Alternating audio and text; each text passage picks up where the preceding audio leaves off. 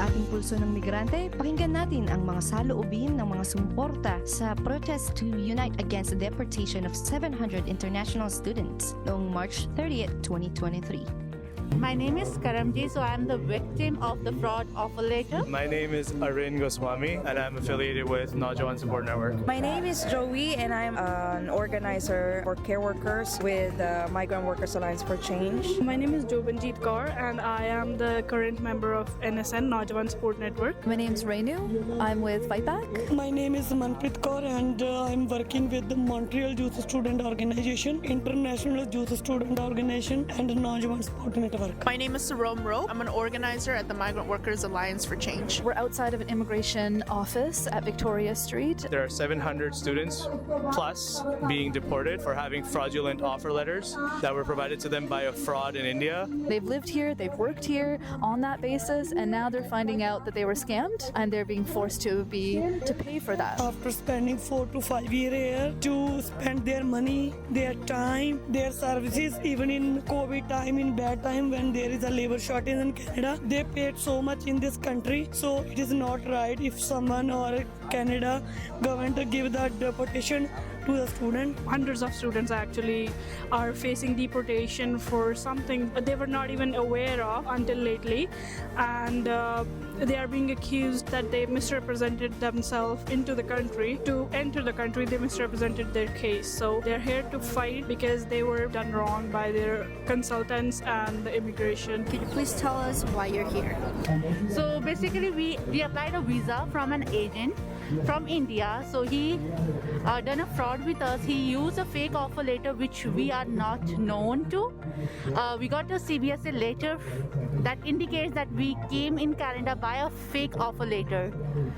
We really don't know that why did he done with us, because the agent did fraud with us. We're in front of the Immigration Refugee Board calling on Prime Minister Trudeau, Immigration Minister Sean Fraser, and Deportation Minister Marco Mendocino to stop the deportation of the 700 international students who are right now going to be torn apart from their communities and their homes, to stop all deportations and to ensure a regularization program that is uncapped and grants permanent resident status and not temporary exploitative permits without exclusion and without delay. They paid so much in this country, so it is not right if someone or Canada government give the deportation to the student.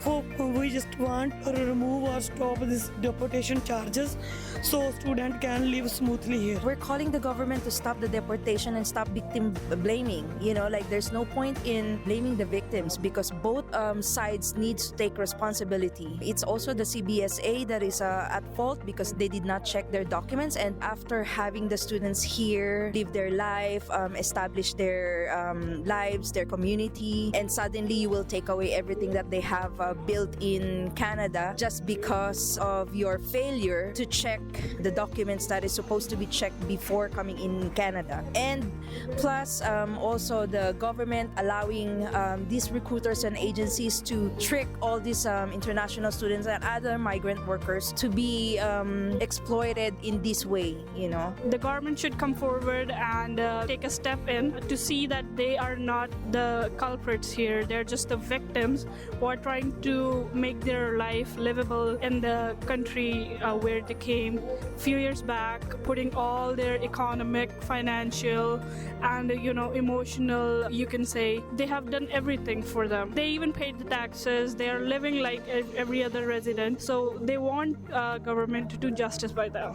The immigration officer, he didn't check the file properly. I can say that because the processing time is 2 to 3 months. It's also the fault of immigration, I can say that. And we are hoping that immigration can give us a chance to represent ourselves. We need to fight together as working class people, call out the system for what it is, as capitalism. I just want to request them that they should not be afraid. They just should come forward, fight for what is rightfully theirs, and also for the community to positively support these students, because at the end of the day, we make this country a better place. The society at large doesn't know that this is happening. The only time they find out that things like this is happening is when they are walking by this intersection that we have decided to protest at.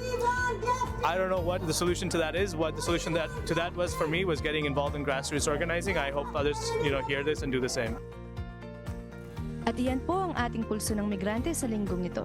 Thank you to those who attended to support the protest to unite against the deportation of 700 international students on March 30th, 2023 and shared their thoughts with us.